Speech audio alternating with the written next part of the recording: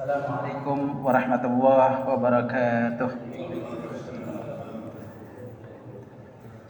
Alhamdulillah, wassalatu wassalamu ala rasulillah wa ala alihi wa sahbihi wa mawalah, amma ba'd. Alhamdulillah, tidak henti-hentinya kita memanjatkan puji syukur kehadirat Allah SWT atas limpahan karunia nikmatnya, kasih sayangnya, dan atas hidayah dan taufiknya kita tidak bosan-bosan untuk melaksanakan kewajiban fardu salat dengan berjamaah yang kita lanjutkan selalu dengan kajian rutin kita. Mudah-mudahan apa yang kita persembahkan, apa yang kita lakukan ini menjadi catatan-catatan amal saleh bagi kita semuanya, dan dengan itulah menjadikan ditambahkan dan disempurnakan nikmat Allah Ta'ala kepada kita semuanya, diberikan ampunan, diberikan kasih sayang, diberikan nikmat sehat, kuat, umur panjang untuk terus dapat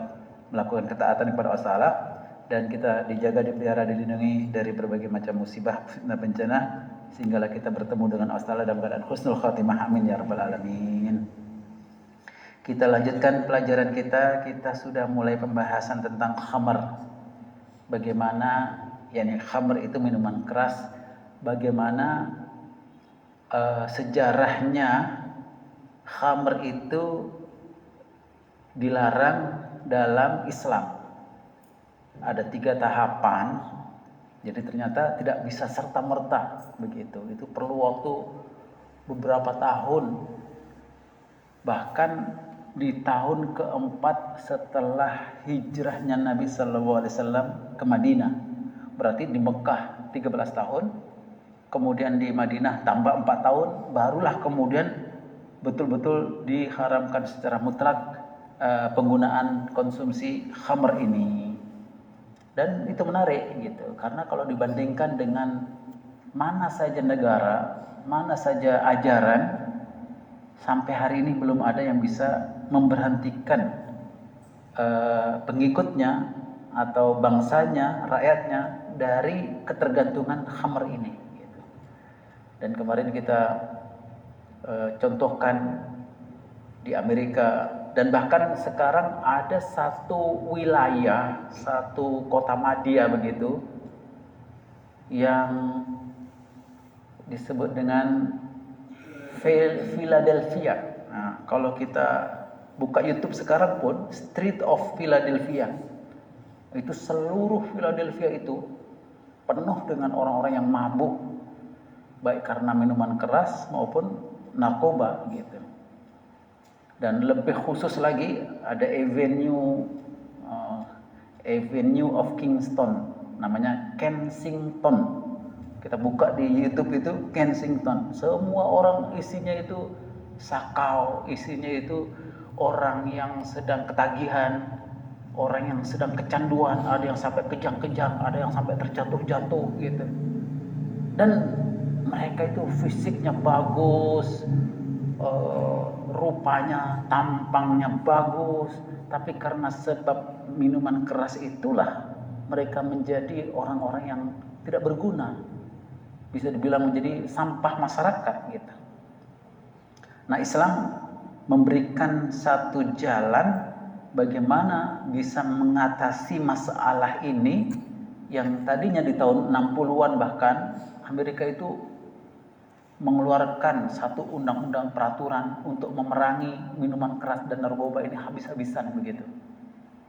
Dan selama 14 tahun malah kerugian yang didapatkan. Jadi tidak bisa berhenti, ketergantungan itu nggak bisa.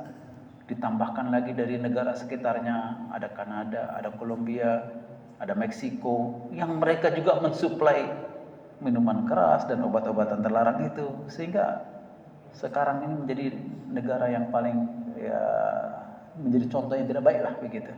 Nah, Islamlah yang menjadi contoh yang terbaik itu. Nah, tahrimul khamr fil masihiyah, sebenarnya dalam ajaran Kristen itu ada larangan minum khamr itu. Begitu juga dalam ajaran Yahudi ada larangan khamr itu. Tapi mereka tidak bisa menegakkan aturan itu karena ketergantungannya sangat tinggi gitu. Dan bisa dikatakan bahkan gereja-gereja itu pun, sinagog-sinagog juga pun itu mendapatkan sponsor bantuan dari pengusaha-pengusaha minuman keras ini gitu. Yang kita ceritakan bahwa ada 630.000 miliar dolar per tahunnya. Coba bisa dibayangkan itu. Berapa triliun keuntungan itu. Maka yang menjadi ancaman bagi mereka ya umat Islam. Umat Islam paling tidak bisa kompromi dengan hal-hal yang merusakkan akal, karena itu yang dilarang oleh agama kita gitu. Ada 5 yang orang Islam itu paling anti. Kalau sekiranya 5 ini terjadi, itu bisa siap berkorban apa saja, bahkan nyawa sekalipun. Nah, itu nggak bisa dinafikan, nggak bisa dipungkiri, memang terjadi setiap tahun gitu. Yang pertama, hifdzuddin, menjaga agama. Kalau ada orang yang menghina Islam, menghina Rasulullah, menghina Quran, tidak lama orang itu. Akan ada aja, bukan dari orang Asia, dari orang Amerika, dari orang Eropa, dari orang Australia, dari orang Afrika, dari negara mana saja. Jadi itu yang mereka juga akhirnya mengerti itu, bahwa menghujat Rasul itu ancamannya kapan saja bisa habis. Kemudian menodai Al-Quran, menghina Allah SWT, wah itu memang sesuatu yang akan menjadi taruhan umat ini sampai kapanpun. Yang kedua, menjaga nyawa. Apa saja yang kemudian mengkriminalisasi nyawa manusia, Islam yang paling pertama kali menuntut bela atas itu. Tidak boleh terjadi. Maka agama ini sepanjang sejarah selalu memberikan contoh yang terbaiknya. Yang ketiga, akal. Akal ini sangat dijaga oleh agama Islam. Tidak boleh dirusakkan. Karena dasar seseorang itu bisa menerima perintah syariat, perintah Allah Taala itu akal. Kalau orang itu akalnya nggak sehat, gugur perintah itu. Maka begitu juga dengan orang yang kemudian pikirannya tidak sempurna karena lupa, karena penyakit apa yang selalu lupa itu, Alzheimer, itu gugur perintah-perintah agama itu. Ada orang suka pikun, gugur perintah agama itu. Maka akal ini harus dijaga, karena ini menjadi aset yang paling mahal untuk kita menambah bekal amal soleh kita gitu. Makanya kalau ada orang yang merusakkan akal dengan cara minuman keras, dengan cara narkoba, Islam yang akan berhadapan akan pertama kali membela supaya tidak terjadi itu gitu. Seluruh dunia itu. Makanya pebisnis minuman keras itu paling takut dengan orang Islam. Karena bisnis ini menguntungkan besar, paling besar dari seluruh bisnis yang ada di atas muka bumi ini. Bahkan mengalahkan bisnis pelacuran, bahkan mengalahkan bisnis perjudian, bahkan mengalahkan bisnis jual senjata haram, bahkan mengalahkan bisnis franchise apapun, itu minuman keras itu sebegitu. Yang keempat, keturunan. Islam sangat menjaga keturunan dan sangat menjaga komunitasnya dari kerusakan-kerusakan keturunan itu, dengan berzina, dengan kumpul kebo, dengan LGBT dan lain sebagainya. Islam paling menjaga. Makanya komunitas Islam lah yang paling bersih itu. Tidak ada keturunan yang gak jelas gitu. Karena itu perintah agama. Dan kalau ada usaha-usaha untuk merusakkan keturunan ini dengan program-program LGBT, dengan program-program pornografi, dengan program-program yang prostitusi dan sebagainya, itu Islam yang paling melawan. Kristen, Yahudi udah nggak bisa bertahan lagi. Bahkan gereja pun merestui pernikahan satu jenis di gereja gitu. Sehingga Kristen pun sudah nggak berdaya di Eropa, sudah nggak bisa dijadikan sebagai harapan lagi untuk menjaga kemanusiaan di sana. Nah, Islam lah yang paling bisa diharapkan itu. Dan yang kelima, Yang kelima masalah harta. Harta dijaga. Harta digunakan dengan sebaik-baiknya, tidak boleh dimubazirkan, tidak boleh dirampas, tidak boleh diambil semena-mena. Nah, itu dalam Islam. Nah, ada banyak tulisan yang dirangkum dalam buku ini, Fikih Sunnah karangan Said Sabiq ini, dalam kitab At-Tamaddun Al-Islami yang ditulis oleh Dr. Abdul Wahab Khalil. Jadi secara rinci dia bahas tentang bahaya-bahayanya khamr, minuman keras. Wa fil khamri min adrarin nafsiyatin wa badaniyatin wa khuluqiyatin. Dalam khamr itu ada penyakit akut yang membahayakan terhadap fisik, terhadap mental, dan terhadap spiritual seseorang. Gitu. Jadi itu sangat mengerikan. Wa ma yatarattabu 'alaiha min asarihin sayyi'atin fil fardhi wal jamaah, dan apa-apa saja yang dihasilkan, yang diakibatkan dari minuman keras itu pada kehidupan pribadi seseorang maupun secara komunitas. Wa idza sa'alna jami'ul ulama, nah dalam bukunya itu dirangkum, apabila kita menanyakan kepada para ahli tentang khamr ini, baik itu ahli agama, baik itu ahli kedokteran, baik itu ahli psikologi, baik itu ahli sosiologi, antropologi, ahli iktisad, baik itu ahli ekonomi, maka kita akan mendapatkan pikiran mereka tentang mengkonsumsi minuman keras ini. Niscaya jawabannya masing-masing sama. Wa huwa man'u ta'atiha man'an ba'atan, yaitu melarang, mencegah dari mengkonsumsinya sama sekali, hindari sama sekali gitu.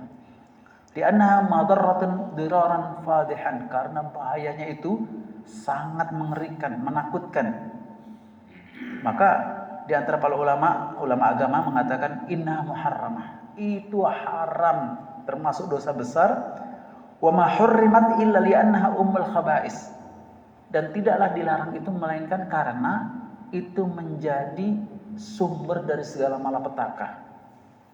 Segala keburukan itu dimulai dari minuman keras ini, baik secara fisik, secara mental maupun secara spiritual.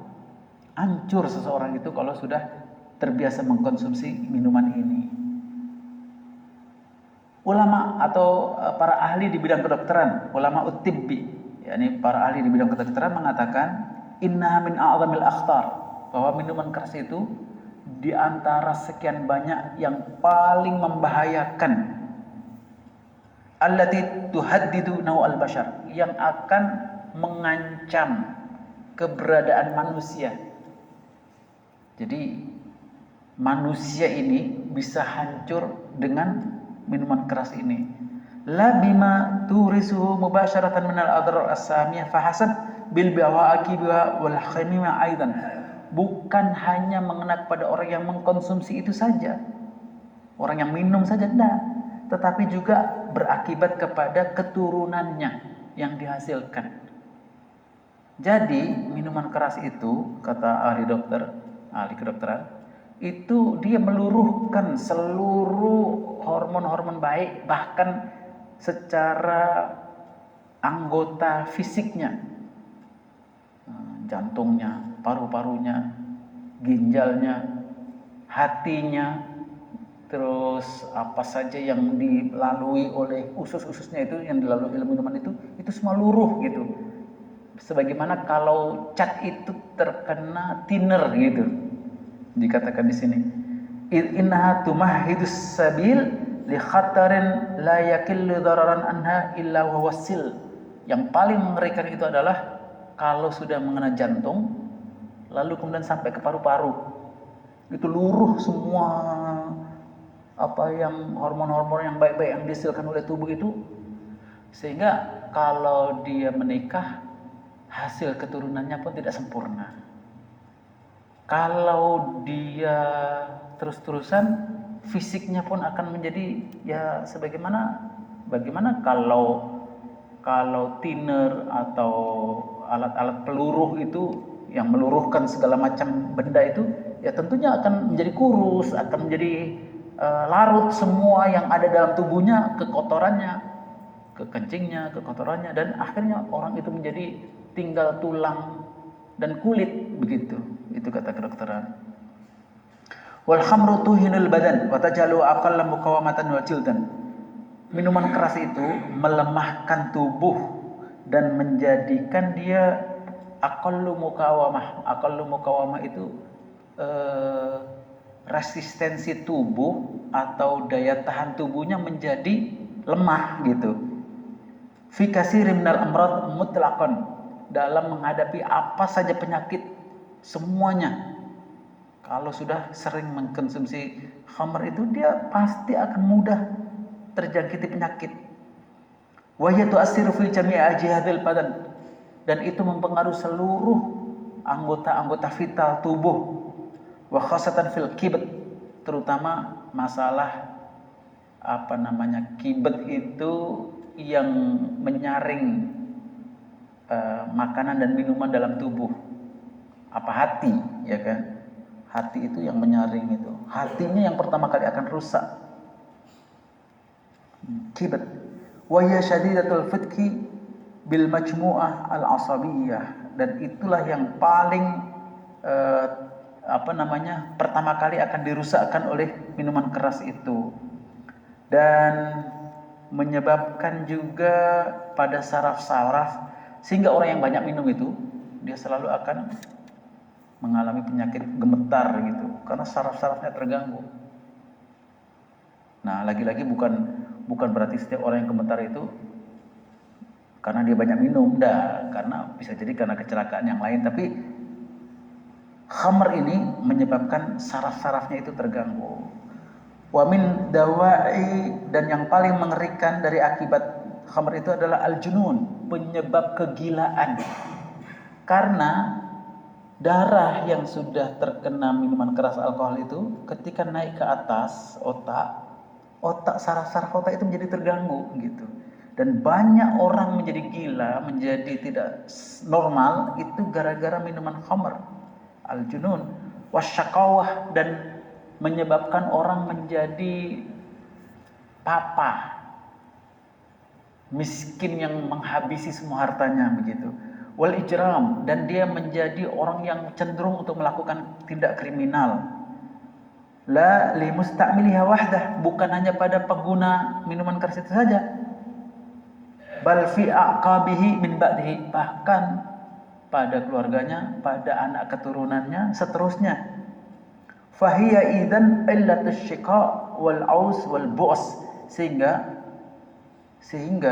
menurut kedokteran ini minuman keras ini menyebabkan kemiskinan, kepapaan, menyebabkan terganggunya saraf, menyebabkan kehinaan, wahya jursumatul iflas, dan itu menjadi penyebab utama orang itu bankrupt.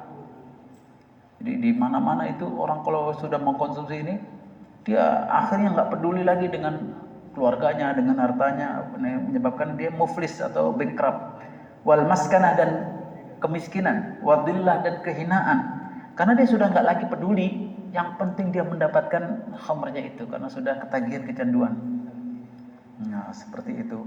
Wa ma nazalat biqaumin illa awaddat bihim madatan wa ma'nan, dan tidaklah itu menjadi suatu konsumsi publik masyarakat, melainkan itu akan merusakkan materi mereka dan spiritual mereka, fisik mereka dan roh maknawiyah mereka, jisman wa aklan, baik secara visual maupun secara akal gitu. Kalau menurut pendapat para ahli psikologi kejiwaan, mereka mengatakan likay yakunal insan muhafizan ala razanah wal aifah wasyaraf wan nahwah wal muru'ah yalzam adamu tanawulihi, supaya manusia itu terjaga optimismenya, kemuliaannya, terus terjaga juga ifahnya, kehormatannya, dan wibawanya, dan kekuatan semangatnya, maka harus menghindari minuman keras ini supaya terjaga kemuliaan yang ada pada dirinya. Orang yang sudah mengkonsumsi minuman keras berubah menjadi binatang yang paling mengerikan. Kalau kita tanyakan pada ahli sosiologi, antropologi, al-ijtima', mereka mengatakan likay yakunal mujtama' al-insani ala ghayatin min nizam, supaya manusia itu bisa ditegakkan padanya kedisiplinan, keteraturan, dan tidak menjadi orang yang selalu menentang, maka hendaklah menghindari segala macam yang bisa memabukkan, yang mengganggu akal ini. Dengan itu manusia akan bisa diatur. Makanya mana saja negara yang tertib, taat peraturan, itu biasanya di sana ditegakkan undang-undang peraturan untuk tidak minum, tidak mabuk. Nah, begitu menurut ulama, menurut ahli sosiologi, antropologi. Wa indaha tasbahul fawda saidan, karena dengan minuman keras yang dikonsumsi oleh masyarakat yang terbuka umum itu menyebabkan kekacauan, kemudian akan terjadi permusuhan dan saling membenci antara satu dengan yang lain. Kalau kita tanyakan kepada para ahli pakar ekonomi, mereka mengatakan bahwa setiap 1 sen pun dari harta kita supaya dipergunakan untuk hal yang bermanfaat, yang bisa menguatkan secara fisik individu maupun negara. Wa kullu dirhamin nasrifu limadarratina fa huwa khasarah, dan setiap 1 sen yang kita gunakan untuk merusakkan badan kita dengan cara minuman keras itu akan merugikan dan akan menjadikan lemahnya fisik individu dan negara. Bagaimana kalau yang sen itu dipergunakan bisa merusakkan, apalagi dengan yang miliaran dolar, ribuan, ratusan, jutaan, miliaran, dan seterusnya itu. Dan harus menghindari, mencegah dari minuman yang memabukkan ini, karena itu akan menyebabkan beberapa kekacauan dan kerugian. Wa tu'akhiruna maliyan wa tadhhabu bi imra'atina wa nahwatina, dan itu akan mencegah dari rusaknya kehormatan individu dan kehormatan satu bangsa gitu. Intinya bahwa secara akal manusia yang sehat itu memerintahkan kita untuk menjauhi konsumsi khamr ini, bi adami ta'atil khamr. Wa idza aradatil hukuma ahda ra'yil ulama, apabila negara itu mempertimbangkan usulan dari para ahli tentang minuman keras ini yang merusakkan ini, maka tidak ada cara lain kecuali mengikuti perintah agama ini. Kalau negara dengan agama Islam itu disatukan, maka itu akan menjadi kesuksesan yang luar biasa. Biduni an tatakabbada masyaqqatan, tanpa harus bersusah payah mengeluarkan dana besar-besaran untuk mengkampanyekan segala macam kebahayaan minuman keras dan narkoba ini. Karena semua ahli pasti bersepakat, muttafiquna ala darariha, tentang bahaya yang diakibatkan dari minuman keras ini. Baik itu secara pemerintahan, secara bangsa dan negara. Karena mereka pasti menginginkan negara yang produktif, negara yang proaktif, negara yang sentiasa membangun. Wahia mas'ulatun an ra'iyatiha, dan negara itu bertanggung jawab akan bangsa yang dipimpinnya. Jadi semua ahli ilmu pasti mengatakan demikian. Banyak lagi dalam bukunya yang mengatakan bahwa tidak ada cara untuk bisa meningkatkan secara individu, secara kolektif, baik itu fisik, mental, spiritual, baik itu secara ekonomi, sosial, budaya, semuanya harus dijauhkan dari mengkonsumsi makanan minuman yang merusakkan kehidupan berbangsa dan bernegara ini. Itu panjang lebar. Akhirnya hadhihi hiya al-ishtirakiyah at-ta'awuniyah bi'ainiha wa haqiqatih. Ini merupakan kesepakatan para ahli ilmu betapa pentingnya menjaga bersama-sama secara individu maupun secara sosial masyarakat. Dan tentang ini Allah Ta'ala berfirman dalam surah At-Taubah ayat 105, wa qul i'malu fasayarallahu amalakum wa rasuluhu wal mu'minun. Dan katakanlah beramallah, yakni berdaya upayalah, yakni berkaryalah gitu. Niscaya Allah akan mempersaksikan apa yang kamu sudah lakukan, dan juga Rasulnya dan juga orang-orang yang beriman. Artinya kebaikan-kebaikan yang dihasilkan oleh seseorang dalam tingkat individu maupun suatu bangsa dalam sifat kolektif, itu ketika dia melakukan yang terbaiknya, ukurannya itu adalah menurut pandangan Allah, Rasul, dan orang-orang beriman. Kalau sesuai dengan itu, standar itu, ya maka itu menjadi satu karya yang mengagumkan gitu. Hadhil adrar al-anifah tasabbatat atau sabatat subutan la majala fi syak.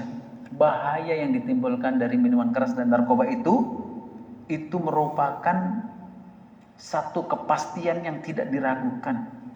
Mimma hamala hakasiran minad dual al-wa'a'iyah ala muharabati ta'atil khamr wa ghairah minal muskirat. Yang itulah sekarang dihadapi oleh banyak negara, bagaimana kesulitan mereka dalam menghadapi bahaya minuman keras ini.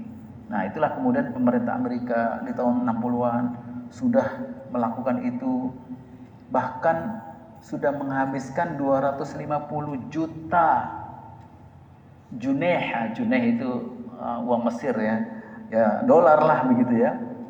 Waqad a'dama fiha, yang menghancurkan. Jadi di tahun 60-an itu 300 jiwa melayang gara-gara minuman keras ini.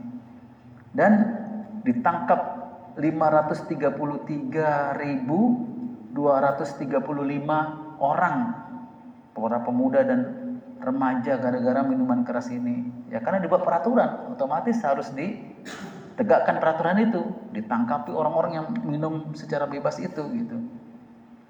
Dan balagat al-gharamat ila isna 16 miliun junaihan. Dilakukan pendendaan, didenda orang-orang yang ini sampai bisa menghasilkan 16 juta dolar. Wasadarat min kullil amlak la yablughu 400 miliun wa 4 miliun junaihan. Jadi intinya Amerika sudah habis-habisan ketika itu. Sehingga di tahun yang sama pemerintah sudah nggak mampu lagi meneruskan program itu, karena memang nggak ada hasil, dan yang ada malah penentangan gitu, baik dari masyarakatnya sendiri maupun dari oligarki yang mengusahakan minuman keras dan narkoba itu. Jadi kalau Amerika saja sudah gagal seperti itu, bagaimana negara-negara yang lain gitu. Dan ternyata Islam mampu mencegah itu. Nah, diriwayatkan diuraikan oleh Imam Bukhari dan Muslim dari Anas bin Malik. Anas bin Malik pernah bercerita, "Maka lana khamrun ghairu fadhihikum." Bagi kami, kata Anas bin Malik ketika itu, khamr itu biasa saja. Artinya bagi orang Arab khamr itu ya minuman biasa gitu. Ghairu fadhihikum, tapi karena itu menyebabkan kehinaan seseorang, itu saja masalahnya gitu. Itu saja masalahnya. Hadzal ladzi tusammunahu al-fadih, yang kalian sebut itulah yang menyebabkan kehinaan. Inni laqaimun asqa Aba Talha wa Aba Ayyub wa rijalan min ashabin Nabi. Suatu ketika saya kedatangan tamu katanya, dan saya menghidang tamu-tamu itu minuman keras. Saya tuanglah untuk Abu Talha, Abu Ayyub, dan beberapa orang dari kalangan Ansor. yang merupakan sahabat-sahabat Nabi SAW di rumah saya katanya. Irja tiba-tiba ketika saya sudah menuang minuman keras itu, datang seseorang lalu mendekati Anas bin Malik ini. Faqala hal balagha al-khabar? Apakah sudah sampai kabar kepada kalian? Faqulna la, tidak sampai apa kabarnya. Faqala innal khamra qad khurimat. Sungguh minuman keras khamr ini sudah dilarang baru saja. Lalu dia mengatakan, ya Anas, arkina al-qala. Wahai Anas, buang minuman keras ini. Dituanglah begitu di tanah. Qala fama sa'alu anna.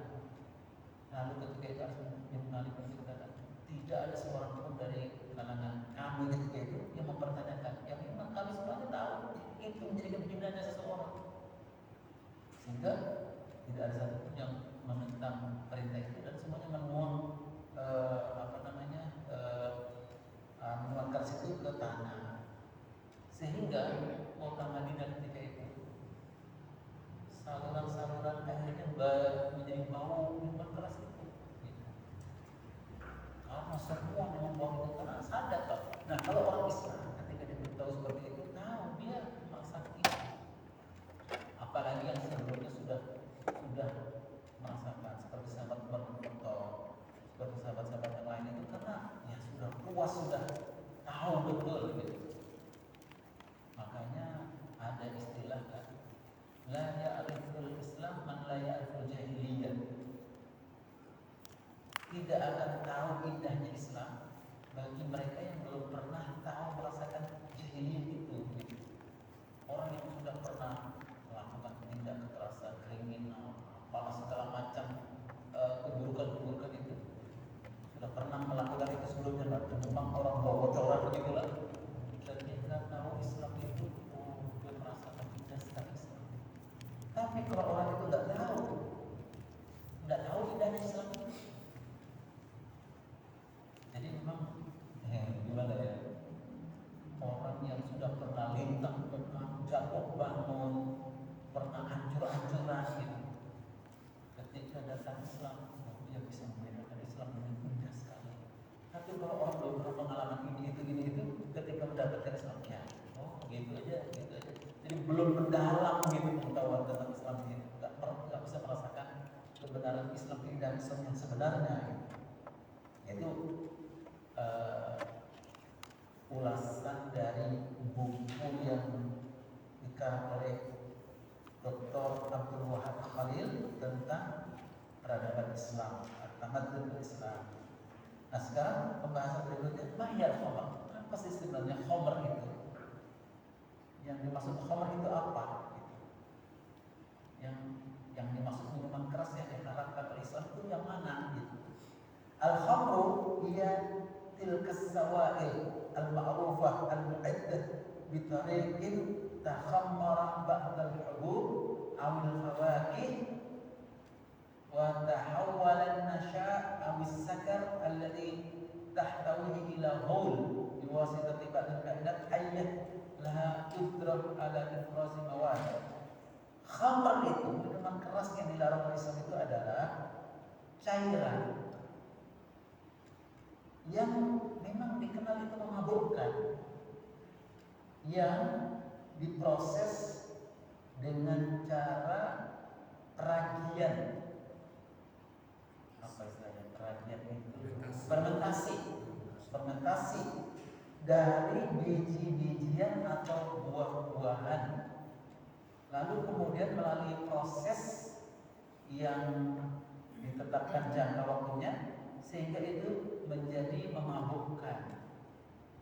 Dan itu memang mengandung gol itu semacam apa yang hidup, bukan bakteri ya, bakteri hidup yang menjadikan buah atau biji-bijian itu berubah enzimnya. Enzim itu benda hidup ya, yang mengubah makanan atau biji-bijian buah-buahan itu menjadi bentuk yang lain gitu. Sehingga itu menyebabkan bahaya. Fi amaliyatit tahammur, sehingga menyebabkan apa namanya? Jadi khamr itu artinya menutupi sesuatu yang jernih, jadi keruh, mengeruhkan. Nah, itu khamr namanya. Nah, jadi dikeruhkan. Jadi kenapa dikatakan khamr? Karena dia mengeruhkan akal. Karena dia menutupi akal sehat. Karena dia membatasi kemampuan akal. Waqad summiyati khamran li'annaha takhammar, dan dikatakan khamr itu karena mengeruhkan, karena menutupi, karena menjadikan samarnya sesuatu gitu, yaitu akal. Wa tastatiruhu, dan menutupi, menjadikan akal itu menjadi tertutup gitu. Aitu ghatihi wa tufsidu idrakuhu, yakni menutup dan merusakkan kemampuan akal itu. Itu namanya khamr. Jadi khamr itu yang mengeruhkan, yang menutupi, yang merusakkan, itu namanya khamr. Hadza huwa ta'rifut tibbi lil khamr. Ini definisi kedokteran tentang khamr.